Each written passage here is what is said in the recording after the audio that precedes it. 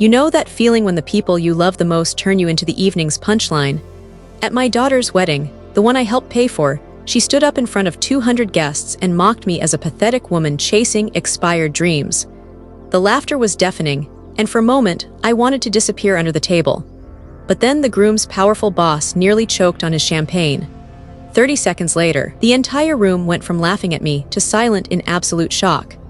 This isn't just a story about humiliation. It's about what happens when a woman everyone underestimated finally lets the truth come out. And if you've ever felt dismissed, betrayed, or silenced by your own family, this story will hit home. Before we dive in, make sure to tap like and subscribe to Not So Perfect Family 365. Because here, we share the untold stories that prove no family is as picture-perfect as they pretend to be. Crystal chandeliers spilled warm light over 1,000 tiny reflections. Glassware, sequins, the polished smiles of people who loved the idea of family more than the work of it. The string quartet was on its third passive at last. The cake was a 6-tiered sculpture studded with sugar pearls, and my daughter Rachel was luminous in satin and nerves. I had chosen a navy dress that didn't beg for attention and a pair of low heels that wouldn't betray me. The planner kept whispering about timelines and photo blocks. People kept hugging me like I was a prop, the mother of the bride, a supporting character with a corsage and a credit card. Before we go any further, if messy, not-so-perfect families are your kind of truth, tap like and subscribe to Not So Perfect Family 365. Around here, we don't airbrush the feelings. The maid of honor tapped a spoon against a flute, and the room, 200 guests, give or take, softened into a hush. She started sweet the way polite insults always do. Rachel's kindness, Rachel's loyalty, Rachel's perfection in a crisis. Then the smile edged sharper. "And I have to mention Rachel's mom," she said, eyes flashing toward me like a dare. "She's been having what we lovingly call a late-life renaissance." Laughter, neighborly at first. The kind of laugh you give when you smell smoke but don't know where the fire is. At 60, she's building an empire. Air quotes, generous and cruel. It's adorable. We keep telling her to act her age, but she is very determined. The laughter rose, a tide that doesn't ask permission. I felt heat crawl up my neck. There is a specific kind of embarrassment that only family can give you. It reaches in with familiar hands and presses on childhood bruises. I smiled the way women are trained to, a safe little curve that says, "It's fine, I'm in on the joke." Inside, the old ache throbbed, being useful without being respected, being needed without being seen. I glanced at the head table. Jake, my brand new son-in-law, laughed too hard, a hand pressed to his chest like he was keeping his heart from falling out. His boss, Mr. Anderson, sat 2 seats down, eyes narrowed, listening. He looked like a man who counted things for a living, margins, minutes, mistakes. When the maid of honor finally landed her punchline, "At least she's not making TikToks," the room broke into applause. I clapped too, because that's what's expected when you're being handled. "Mom," Rachel said into the microphone, rising to a fresh wave of attention. Her voice trembled, and I let myself hope. Maybe she would pivot, pull the room back to grace. "I love you," she said, then let the pause grow teeth. "But some dreams have expiration dates." There it was, a clean, bright sentence that split me. "Still, we support her hobbies." She tilted her head as if trying to see me in focus. "She's enthusiastic about meetings." More laughter, louder now. "Looser?" I watched the servers smother their smiles behind silver trays. I watched my sister shake her head, that old look Diana be reasonable settling on her face like a veil. I had paid for the flowers outright. For the venue deposit too, with money I did not have lying around. I'd negotiated the DJ's rate down and covered the planner's final invoice when Rachel's card failed, telling her some polite lie about early billing. I told no one where the money came from, or how long I'd had to scrabble to get it, or what I'd risked. The consulting retainers that were not hobbies, the silent partners who preferred their names off paper, the second mortgage I'd kept from my sister because she would only worry out loud and loudly. Don't think about the rest. The ex-husband's temporary secret account that turned permanent, the friend who promised to invest and then ghosted when I wouldn't co-sign her loan, the man who took me to dinner 3 times, and when I wouldn't tell him my client list, told me I was precious for my age. There are many ways to be robbed, and only a few leave fingerprints.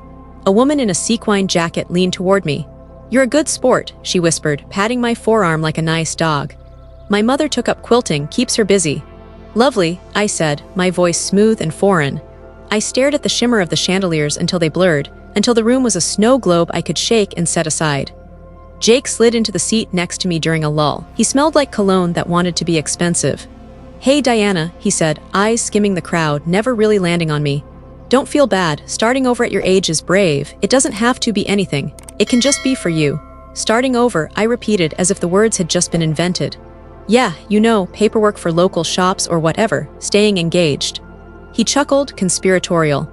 Rachel worries, but I tell her, let her play business, it's cute. The word landed like a tack in my shoe. I imagine pulling it out, holding it up to the light, asking the room, do you hear yourselves? A photographer angled for a shot and I turned my face into something photo-safe.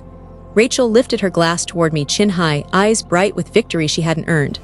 To my mom, she said, a smile sharp enough to shave with, who taught me to dream within reason.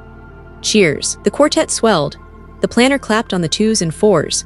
If any of this echoes in your bones, if you've ever smiled while your heart fell through the floor, stick with me and hit subscribe to Not So Perfect Family 365. Some of us are done apologizing for being complicated. I set my napkin on the table and pretended I needed air. The hallway outside the ballroom smelled like lilies and polished wood. I closed my eyes, counted 5 breaths, and tasted the metallic edge of restraint.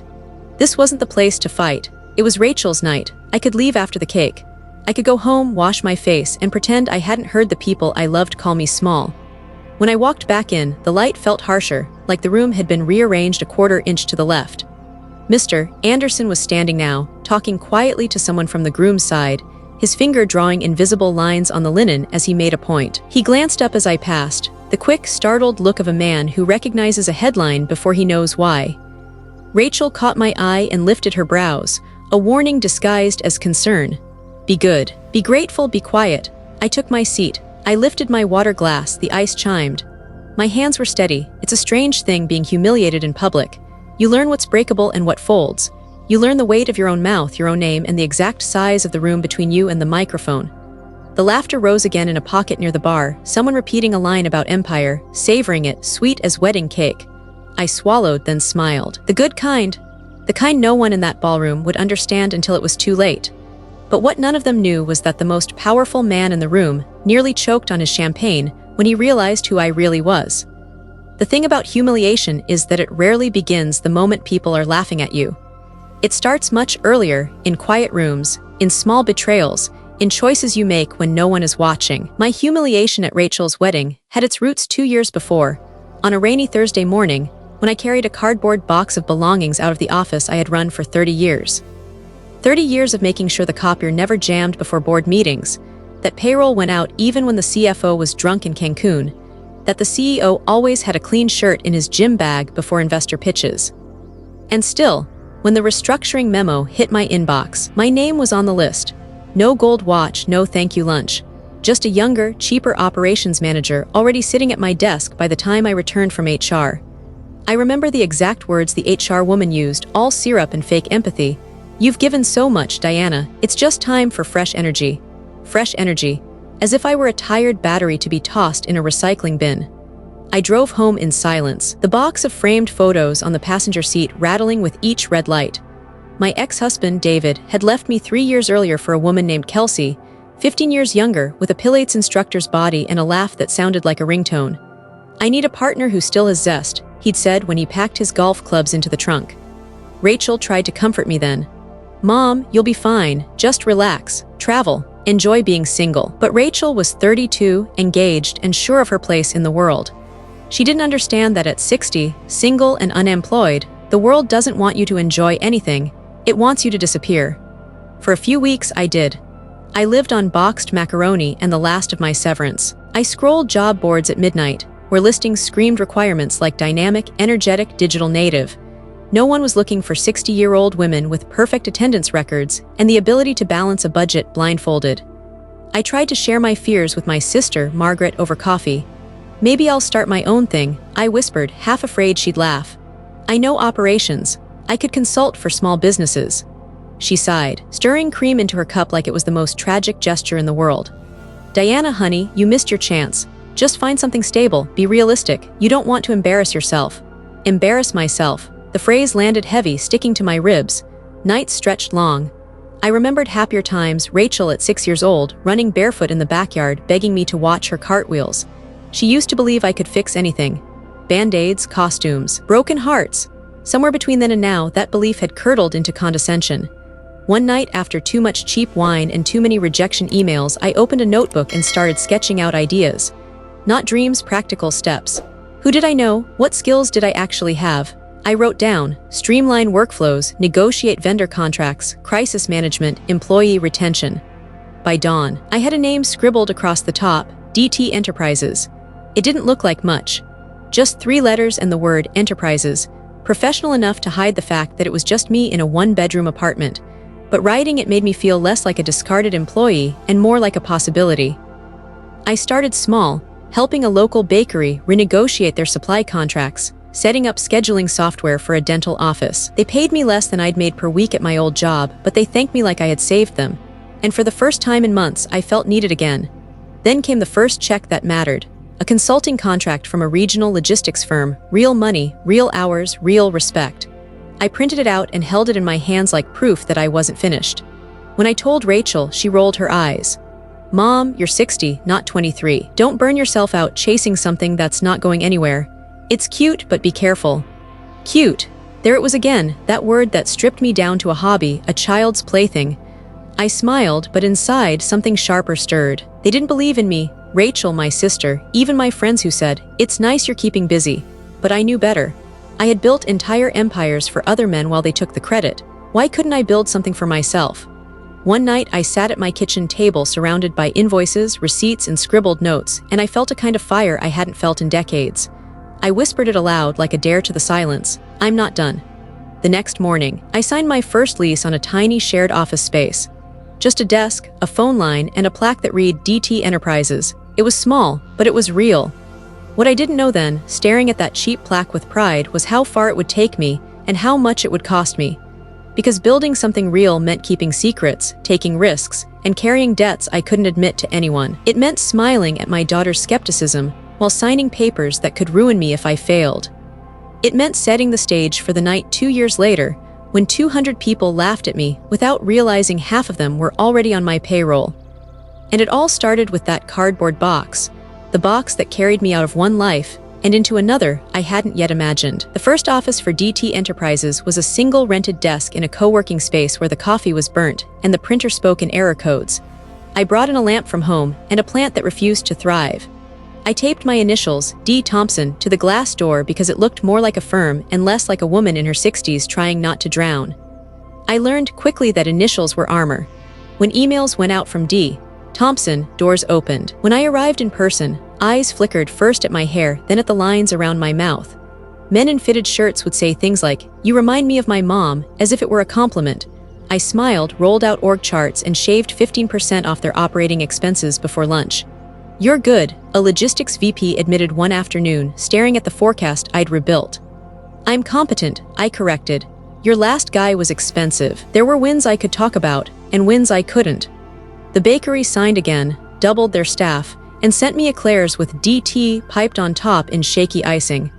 The dental office texted me x-rays of a root canal I didn't ask to see. A regional warehouse chain let me inside their books, and I let myself inside a different hunger, not to be necessary but to be in charge. The bank did not love me. I sat in a conference room across from a man young enough to be Rachel's classmate while he clicked through a loan application like it was a dating app. "Any co-signers?" he asked. "No, collateral, my condo." He said, the professional cousin of bless your heart. "At your stage of life, you considered?" "Don't," I said softly, and his mouth shut with a neat little click. I took a second mortgage anyway, quietly, the way women my age are forced to do most brave things. Debt has a taste, pennies and adrenaline, and I rinsed my mouth with coffee and kept moving. Margaret found the paperwork in a stack on my kitchen counter one Sunday. "You mortgaged your condo." Her voice went sharp, the way it had when I pierced my ears at 16.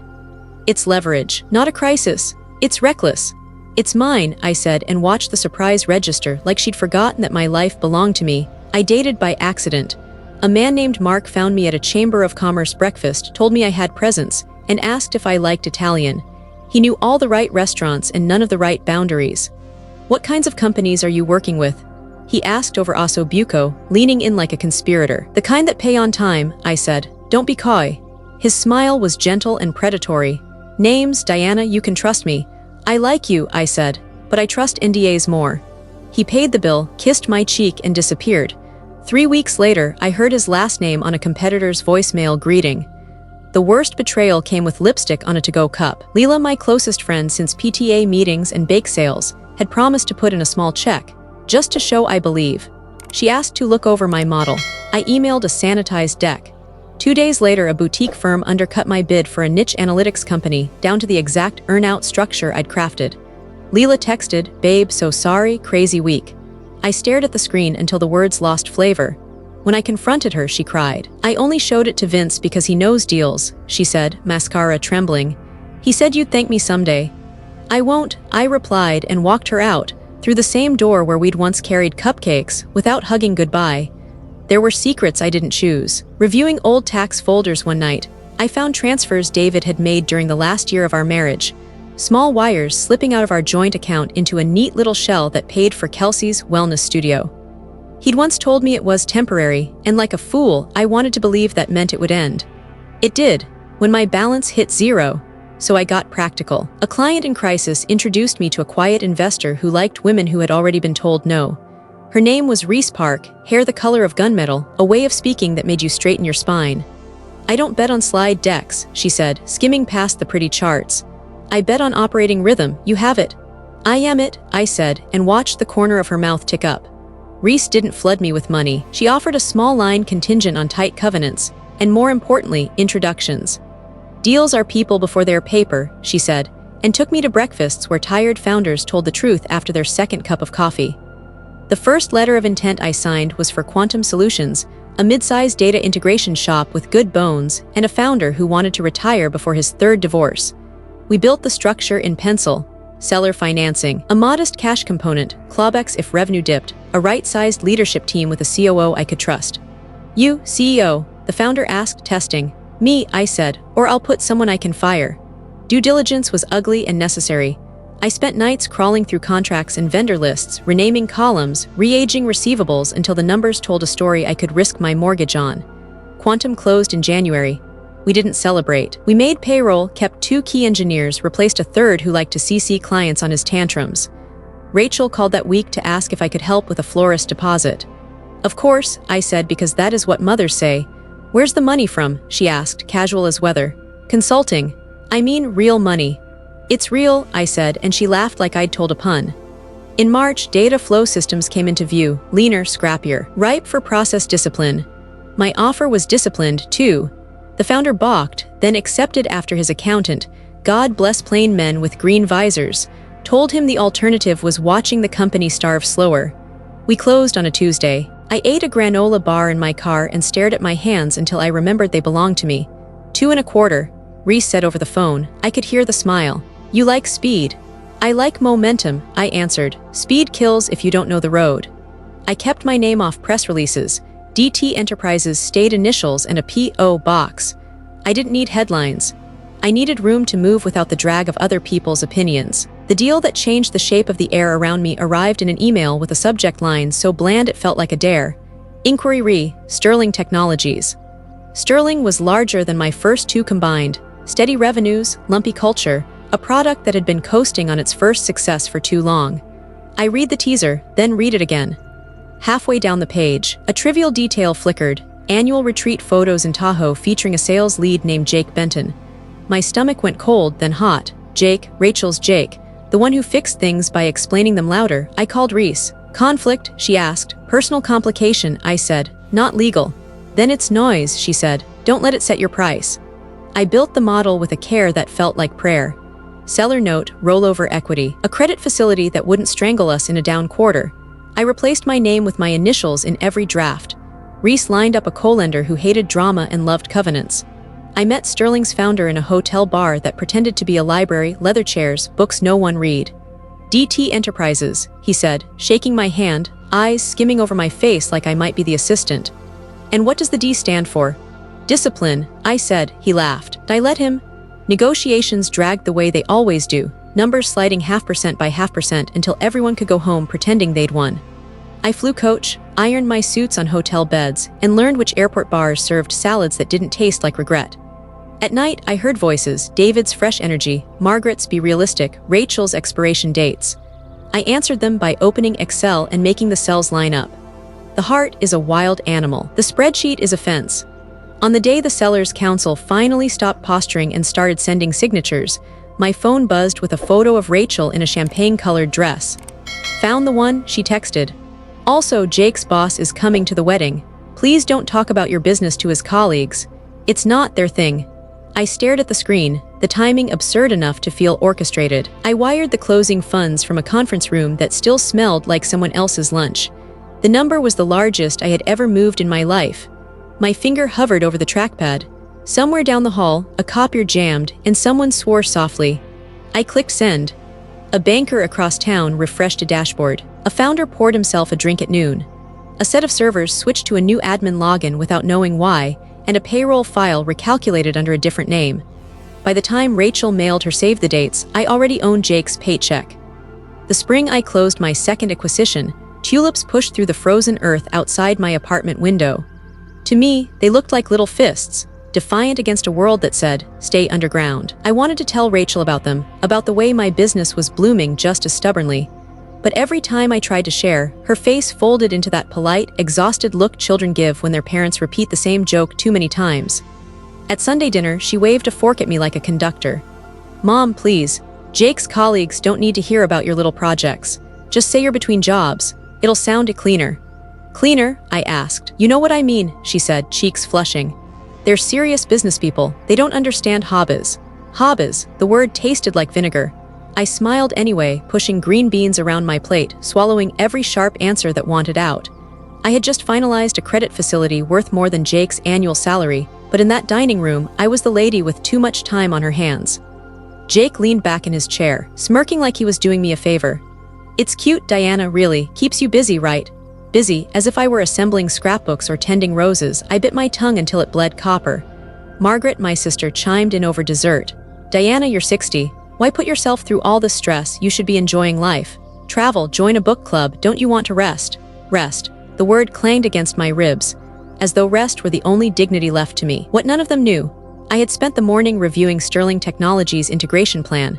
Payroll systems, vendor redundancies, middle managers I'd already decided to replace. My decisions would ripple through boardrooms and breakrooms alike. But here, I was just mom, the punchline to jokes about late-life crises. That night, I went home and opened my laptop, staring at the glowing rows of spreadsheets. Debt schedules, acquisition models, staff allocations. They were messy, imperfect, alive, like children that actually listened when I spoke. My phone buzzed. Rachel again. "Mom, please promise you won't embarrass me at the wedding. Jake's boss is coming. Just blend in." Blend in. My chest tightened. I typed, of course, honey, and hit send. Then I set the phone face down, staring at the black mirror of the screen until my reflection blurred. There were secrets within secrets. The second mortgage payments tightened around me each month like a fist. Reese, my investor, pressed for aggressive timelines. "You're carrying too much on your personal balance sheet," she warned. "I can handle it," I replied. My voice was steady, though inside I was calculating how long I could stretch invoices before clients noticed. Then there was David, my ex-husband. I found another temporary account statement wedged between Rachel's old school papers I'd boxed up years ago. He had siphoned away more than I'd imagined, funding Kelsey's boutique yoga studio. He had told me once, "It's nothing to do with you." But the numbers said otherwise. Some nights, I sat in the dark with the ledger of my life. The debts I carried, the betrayals I pretended to forget, the loneliness I kept folded in a drawer like an old bill. Rachel called one evening, her voice bright. "Mom, can you help with the caterer deposit? It's just until after the honeymoon, I swear." "Of course," I said automatically. "You're a lifesaver." She never asked where the money came from. She assumed it was scraps from my divorce settlement. Crumbs brushed off David's new table. She had no idea it was the profit from data flow systems, money I'd wrung out of stubborn contracts and sleepless nights. One afternoon, I met Reese at a downtown cafe. She stirred her espresso, eyes sharp. "You're growing faster than anyone predicted, but your family doesn't know. They think I'm playing dress-up," I said. "And you let them." I promised my daughter not to talk about it. It's her wedding, not my battlefield. Reese's mouth curved into something like pity. "Battlefields don't wait for invitations, Diana, they come to you." I carried her words home that night, heavy in my coat pocket. As the wedding drew closer, Rachel's warnings grew sharper. "Please don't talk about DT Enterprises, Mom.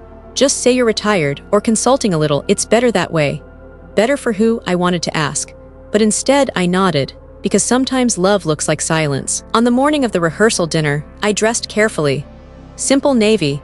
A necklace Rachel had given me years ago when she still believed in my magic. As I fastened the clasp, I remembered her voice at 6 years old.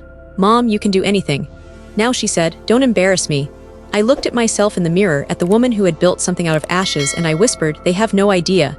That night, under chandeliers and clinking glasses, Rachel leaned close during the toast. "Remember, Mom, don't mention your business, just blend in." I smiled at her, the kind of smile that hides both pride and grief, because while she begged me to stay invisible, half the room already owed their paychecks to me. And in the corner, sipping champagne with a frown he didn't yet understand, sat the man who would expose it all. The ballroom glowed like a jewelry box, gold light, white flowers, a floor polished the color of champagne. A server set a flute in front of me and whispered, "For the mother of the bride, like a mercy." I held it with 2 hands as if it might run away. The maid of honor stood and tapped her glass. 200 people turned their faces toward the microphone, that shared altar where we forgive anything as long as it's funny. She started sweet, they always do. "Rachel is the most generous friend," she said. "And tonight is proof. Look at this, she planned every detail herself." Applause, well, almost every detail. Her eyes found me. She had help from her mom, Diana, who's been branching out. A ripple of laughter. At 60, sorry 62, Diana's building an empire. She lifted her fingers into quotes so sharp you could slice cake with them. We keep telling her to act her age, but you know how visionaries are. Laughter, bigger, rounder. Chairs creaked with the weight of people enjoying themselves. Honestly, the maid of honor went on, "It's cute. My mom took up pickleball, Rachel's mom took up PowerPoints." More laughter. Someone at the bar repeated PowerPoints like it was a punchline with vitamins. I felt my cheeks pull into that polite crescent that tells the room you can take a joke. Inside, another, older part of me folded its arms and left. Jake thumped the table, red in the face from laughing. "Mr. Anderson," his boss, didn't laugh. He watched. It's unnerving to be watched by a man who has built a life out of spreadsheets. It feels like being measured without a ruler. "Mom," Rachel said, standing and taking the mic from her friend. Her dress caught the light like a promise. "I love you." Let the room sit in that for 2 beats, then added, "But some dreams have expiration dates." The laugh burst out of people before they decided if it was kind. She looked right at me, smile glossy. "We support her hobbies," she said. "She's very passionate about meetings, she has notebooks." The room chuckled like a well-fed baby. "Rachel," I said softly, not to stop her. Habit told me that was impossible, but to hear a sound that belonged to me. She barreled on. "Anyway, Mom, thanks for being such a good sport, and for your contribution." She waggled her eyebrows at the flowers. "Divorce settlements do come in handy." People oohed, thrilled by the notion of my money even as they dismissed my work. Across the room, my ex-husband David lifted his glass. Kelsey sat beside him, impossibly smooth, the kind of smooth that costs money and breakfast. She mouthed, so generous, like we shared a joke. Aunt Laurel leaned over my shoulder. "Heard you paid for the florals. That must have been a hit." She squeezed my arm. "Good thing you had that cushion from David." "I had something," I said. From behind me, Margaret whispered, "Diana, don't make a scene." "I haven't made anything," I said. "Yet." Servers whisked plates away, the quartet slid into a Sinatra number, and a cousin launched a slideshow full of childhood photos. Gap-toothed Rachel blowing dandelions, crouched behind on the grass, hands ready to catch, people awed. I watched my younger self reach for a girl who always ran faster. During the mingling, the patronizers arrived in soft shoes. A woman in green satin, "You're brave, trying something new at your age." "My mother sells jewelry on Facebook. Keeps her busy." A man with a cufflink problem, "So you do consulting, that's wonderful." "My mother-in-law does crafts. Etsy is a godsend." "Good for you," a waiter said. He was part of a moment. "My grandmother goes to the senior center on Thursdays." I nodded as if they had offered weather. Jake sidled up, swirled his drink like it needed advice. "Diana," he said, conspiratorial, "don't take any of that personally. People don't know what to do with, late bloomers." "I'm not blooming," I said. "I'm working." "Right," he said soothingly. "Just don't stress. You don't have to make it a thing. It can be for you." I thought of the wire I'd sent that morning for supplier integration at Dataflow, of the line of credit I nursed like a fragile flame, of payroll calendars that ruled my sleep. "It is a thing," I said. "It feeds people." He patted my shoulder like I'd landed a cartwheel. "That's cute." I stood then because the room had tilted. The hallway outside was cool and smelled like lilies and furniture polish. I pressed my palms to the wallpaper and breathed. My phone buzzed, a fraud alert. Unusual activity detected. I swiped, saw a double charge from the venue, a hold that would clear eventually, not dangerous. Just a reminder, money moves in other people's hands like a rumor. Another buzz, a text from Leela, the friend who had accidentally given my model to her boyfriend. "Watching stories from the wedding, you look radiant." So proud of you for chasing your dreams. I typed and erased 3 replies before turning the screen down on the table as if it could hear me swear. By the time I returned, the maid of honor was shepherding people into the next speech. Now the bride wants to say a few words to her mom, she sang. Brace yourselves. I sat, I folded my napkin, I smoothed it once twice. Rachel lifted the mic. I owe everything to my mother, she said, voice quivering with a sincerity that made me ache. She taught me grit, taught me to work hard, she taught me to dream. She paused, her mouth did something like a shrug. Within reason, laughter again, louder, freer, as if she'd given everyone permission to take what wasn't theirs. When I was little, she continued, Mom could fix anything, she could also make anything a spreadsheet. The room laughed. So it makes sense that now, at her age, she's experimenting. We're all cheering her on, even if she gets a little carried away. Right, Mom. Looked up at her. There she was, the girl with grass-stained knees who had once believed the world was ours. And there she was, the woman so afraid of being embarrassed that she would offer me as a sacrifice to her friend's comfort. Right, I said, my voice too polite. Anyway, she said brightly, thank you for the flowers, the venue deposit, the everything, you're the best. And don't worry, we'll make sure you don't blow your retirement on PowerPoints. The room clapped. To my left, Margaret exhaled in relief, as if Rachel had said something kind. I lifted my water glass. My hand did not shake. I thought of Reese telling me, battlefields don't wait for invitations. I thought of debt like a fist, of tulips punching through frozen ground, of men who called me cute after I fixed their margins. I thought of how much I'd paid, money, pride, sleep, to sit here and be made small. Mom, Rachel said into the mic softer. We love you, we'll keep you busy. The room laughed one more time, that big animal that needed feeding. I set my glass down. I folded the napkin again. And I made a plan. After cake, I would slip out. I would not ruin her night. I would go home, wash my face, and let the quiet take inventory. As the DJ queued up the first dance and the room shifted to tender, I felt a shadow at my shoulder. Miss Thompson, a man's voice said. I turned. Mr. Anderson stood there, close enough that I could see the map of broken capillaries at the side of his nose. His gaze was sharp the way painkillers are precise. We haven't been properly introduced, he said, offering his hand. Robert Anderson, I work with Jake.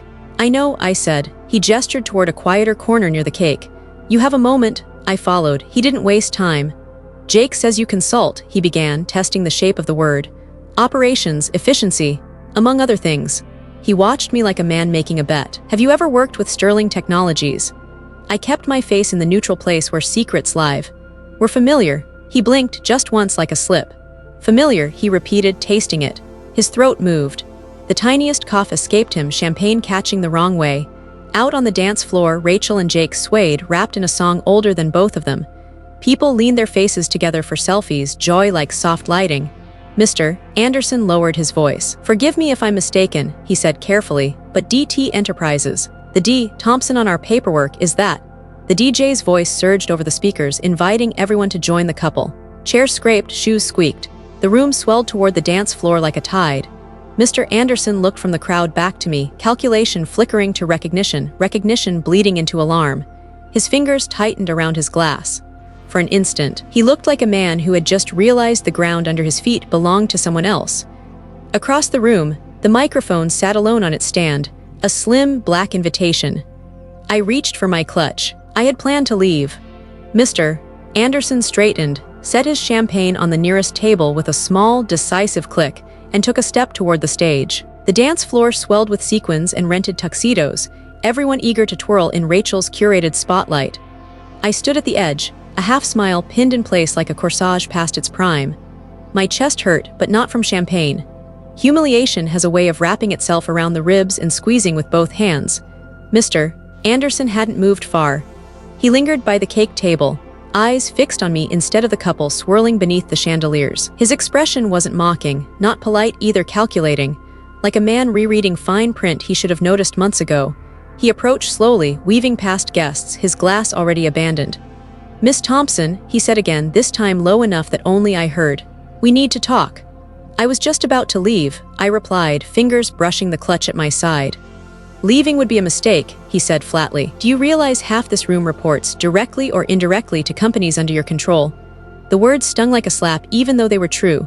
I glanced toward the bar where the Hendersons laughed with careless ease. They worked for Quantum Solutions.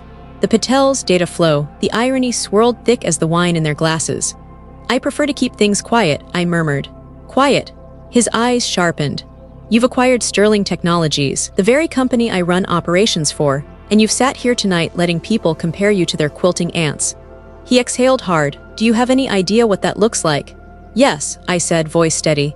"It looks like a mother keeping her promise not to overshadow her daughter's wedding." For the first time that evening, something softened in his face. He studied me with a kind of reluctant respect.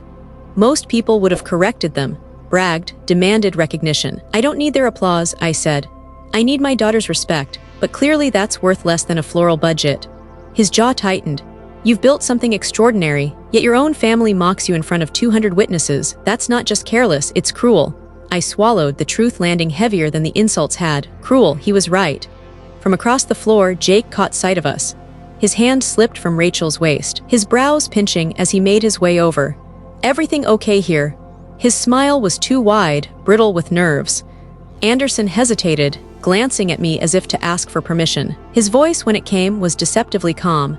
"Just learning more about your mother-in-law's consulting work. Fascinating field." Jake chuckled, dismissive. "Cute, isn't it? She takes it so seriously, keeps her busy." He patted my shoulder, condescending as ever.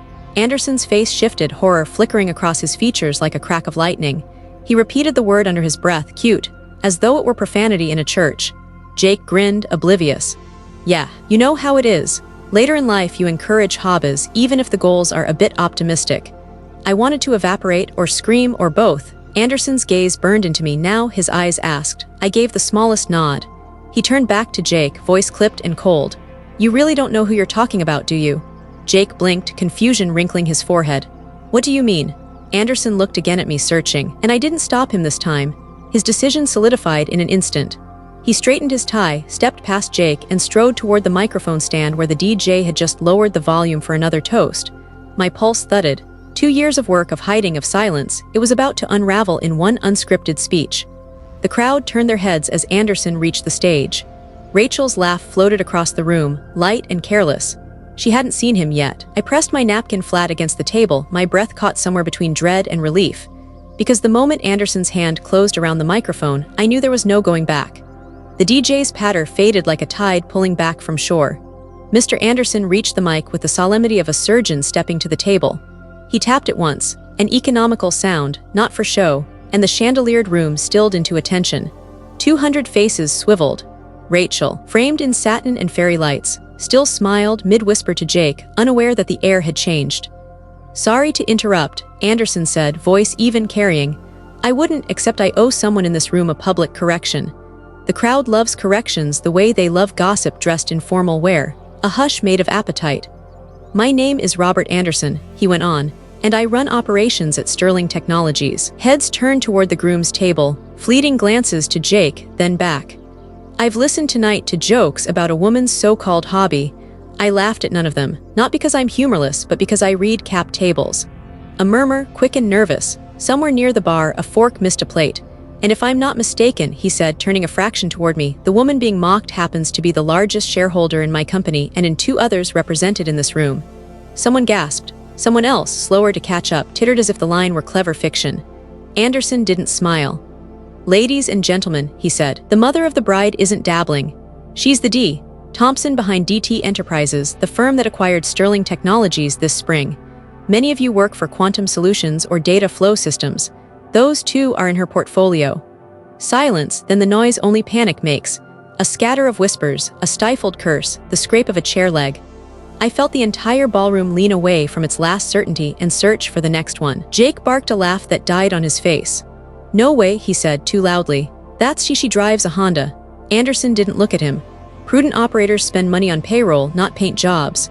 I watched David stand at the back, half a head taller than the people around him, jaw working. Kelsey's hand flew to her throat in operatic dismay. Margaret put her fingers to her lips like she could hold words inside. Anderson gestured toward me with a formality that felt like a bow.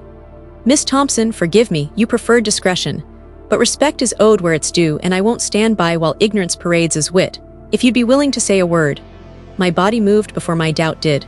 The aisle to the mic felt longer than a church aisle, the carpet had more opinions. As I passed guests, they resorted their faces, pity shelving itself, deference stepping down from a high place. I could feel what power does in a room when it arrives not with a trumpet but with a ledger. Up close, the microphone smelled like champagne and breath mints. I could see my daughter's face now, still in white, a bridal portrait smudged by weather. Jake's mouth opened and closed, a fish flung onto a dock. "Hi," I said, and heard the tremor. I let it be honest. "I didn't intend to speak tonight. It's my daughter's wedding. I promised her I wouldn't make it about me." I looked at Rachel. I wanted her first in the line of my words, even now. "Honey, I kept that promise as far as I knew how." A beat. Air held its shoulders up. "It's true that I run DT Enterprises," I said. "It's true that in the last 2 years I've bought companies I used to organize coffee for. I keep my name quiet on purpose. Deals like silence. So do people who prefer to be judged on work rather than the volume of their introductions." Laughter flickered, then thought better of showing its face. "I'm not asking for applause," I said, and the old office manager in me enjoyed how the room obeyed. "But I will ask for language. Tonight, cute was used to describe work that feeds families. Hobby described payroll. Expiration date was hung around the neck of a 60-year-old woman who has signed more W-2s this year than some of you have signed birthday cards." I didn't look at Jake when I said it, but the line knew where to land.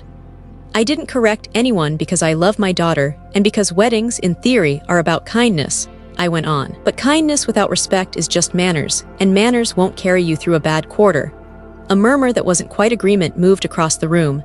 "I understand the instinct to be embarrassed by what you don't understand," I said, turning back to Rachel. "I have been embarrassed by many things. I have also paid for them. The flowers are lovely, so is humility." My throat tightened, I let it. "I wish I had told you sooner. I tried, sometimes clumsily. You asked me not to talk about my work tonight, and I honored that, even when people laughed. I set a palm on the edge of the lectern to steady it, or me, that's all." I stepped back. Anderson's eyes met mine, gratitude, apology, a private nod. The room exhaled in fragments, a cough, a shoe scuff, 3 claps aborted in midair. Then the ruptures started. The Hendersons, Quantum, conferred with furious math on their faces, counting jokes they'd told. Patel's data flow looked like they'd swallowed grenades. A cousin near the back suddenly remembered an appointment and began to inch toward the exit. The maid of honor stared at the floor as if it might open and offer her mercy. Jake found his voice. "Diana, this is insane. Why keep it a secret? Why make us look stupid?"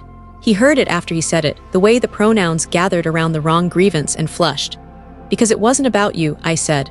"Until it was." David lifted a hand, calling for tradition. "This isn't appropriate," he announced, righteous as a hymnal. "This is a wedding." "Correct," Anderson said, not bothering with the mic. "And your ex-wife is the bride's mother, not the evening's punching bag."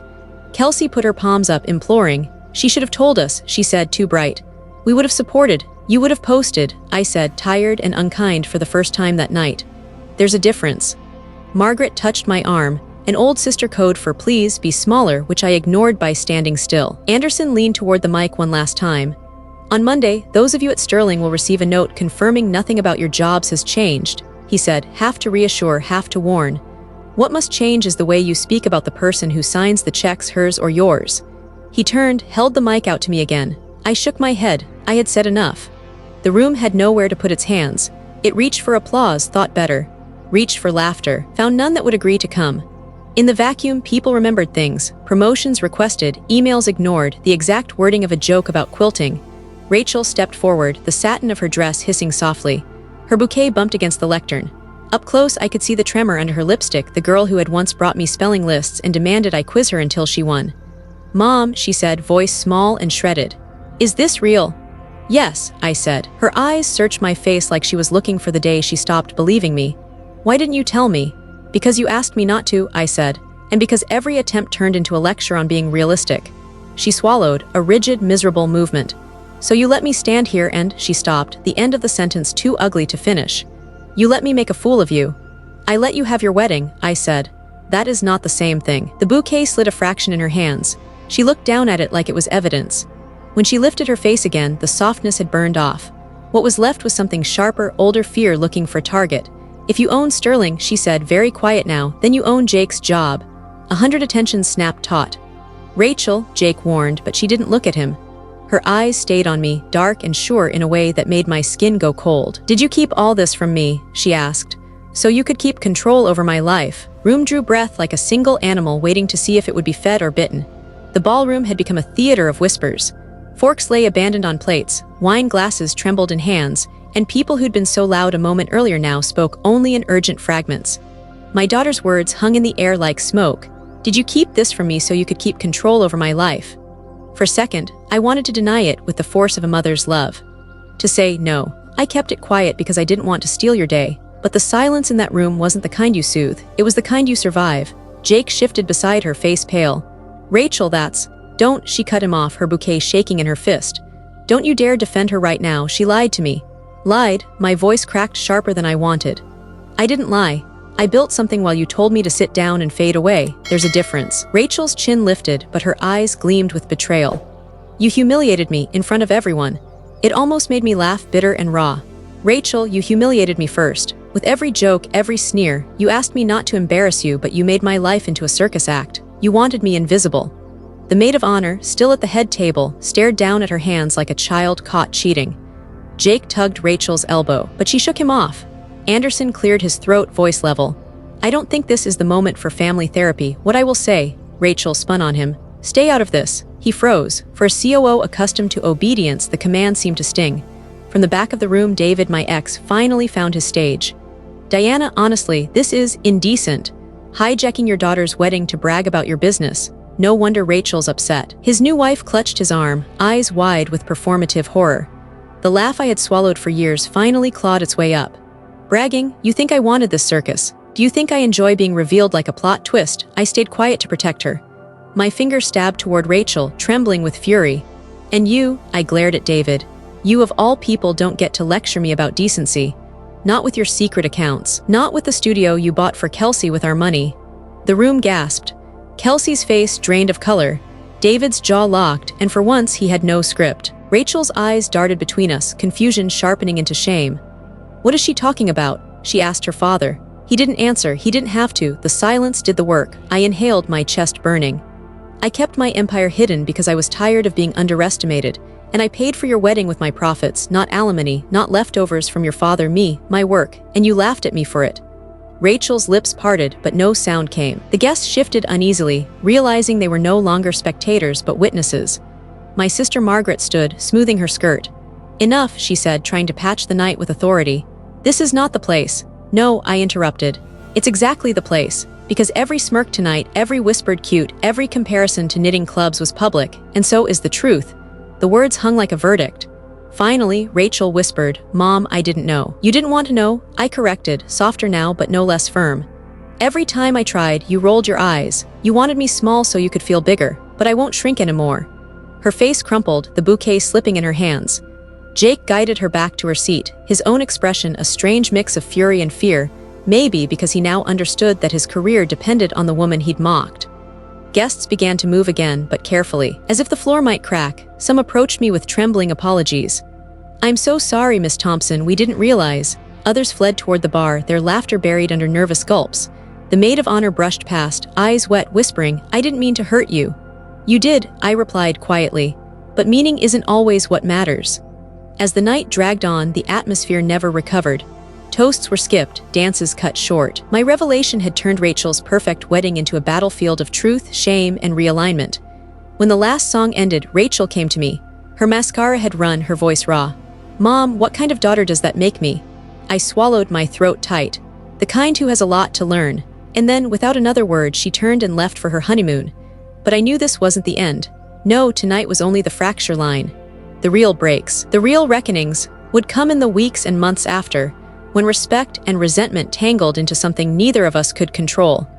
Because families don't shatter in one evening, they crumble in the silence that follows. And mine had just begun. 6 months is both a lifetime and the blink of an eye. Weddings fade into photo albums, debts turn into bills, and truths, once revealed, do not go back into the dark, no matter how tightly anyone tries to shove them there. Rachel and Jake returned from their honeymoon expecting, perhaps, for everything to settle like dust. But dust doesn't settle on a battlefield, it clings. The first dinner we had together after the wedding was in my apartment. I made lasagna, the way Rachel used to beg for as a child. She arrived late, eyes tired, Jake trailing behind like a man dragged to the dentist. She sat across from me, fork idle, hands trembling. Mom, she began, I don't know how to face you. You faced me just fine at your wedding, I replied, my voice sharper than intended. She winced. I was wrong, I know that now. She glanced at Jake, then back at me. But I can't undo it. No, I said, can learn from it. Jake cleared his throat, his smile too tight. Look, Diana, I know it was intense, but maybe we should all just move on. Move on, I leaned forward. Jake, you mocked me to my face. You told me my work was cute. Do you understand I sign your boss's checks? His ears flushed crimson. I didn't know. You didn't want to know, I shot back. Rachel reached for my hand. Please, Mom, I don't want this to destroy us. But I pulled my hand away. Some boundaries once drawn stay permanent. Therapy was my idea, not because I thought Rachel would agree, but because I was tired of pretending silence was enough. Family therapy, she'd repeated on the phone, incredulous. Yes, I said. We've got decades of unspoken words. If we don't put them on the table, they'll rot everything else. Jake muttered in the background, she just wants control. Control? I snapped. If I wanted control, Jake, you wouldn't have a job today. There was a long pause. Finally, Rachel whispered, fine, we'll try. The therapist's office was a warm room lined with books and soft lamps, but no lamp is soft enough to make a mother and daughter stop tearing at old wounds. I was ashamed, Rachel admitted once, voice breaking. Not of you, of what I thought people would think of me, having a mom who didn't fit. Fit what? I asked. The picture, she whispered. The perfect family, the safe, ordinary story. I leaned back, exhausted. Safe, ordinary. I broke my back for 30 years to keep this family afloat. And when I finally built something of my own, you wanted me invisible. Her eyes filled. I didn't understand. You didn't want to understand, I corrected. The therapist cleared her throat gently. Rachel, sometimes children prefer their parents to remain in a role that feels comfortable, caretaker, not competitor. It's easier to belittle than to adjust. Rachel cried, but the words didn't wash the wound clean. Some cuts scar ugly, no matter how much therapy tries to sand them down. Meanwhile, the outside world shifted too. My sister Margaret stopped sending me clippings about senior-friendly jobs. Instead, she bragged at Bridge Club about her entrepreneur sister. It was as if she had rewritten our entire childhood. She the cheerleader, I the underdog who triumphed. She liked that story. David, predictably, tried to spin the wedding disaster into his own narrative. You see, he told mutual acquaintances. She hid everything from me, dishonest, that's why I left. He left out, of course, the accounts, the betrayal, the Pilates affair. People nodded politely. Truth has a way of exposing liars slowly, like rust on iron. And Jake, he became deferential in ways that made my skin crawl. At family dinners, he called me Miss Thompson with a smile too wide, as if respect could erase contempt. Any advice on the market? He'd ask, notebook open, pretending to value my insights when what he really valued was his job security. Funny, I said once, sipping wine. A few months ago you told me not to put too much pressure on myself, that it was just a hobby. His laugh faltered. People change, he said. No, I corrected softly. People reveal.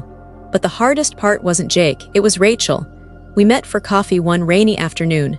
She stirred her latte, eyes red-rimmed. I still see their faces, the gasps, the whispers. I hear my own words telling you to act your age. I can't forgive myself.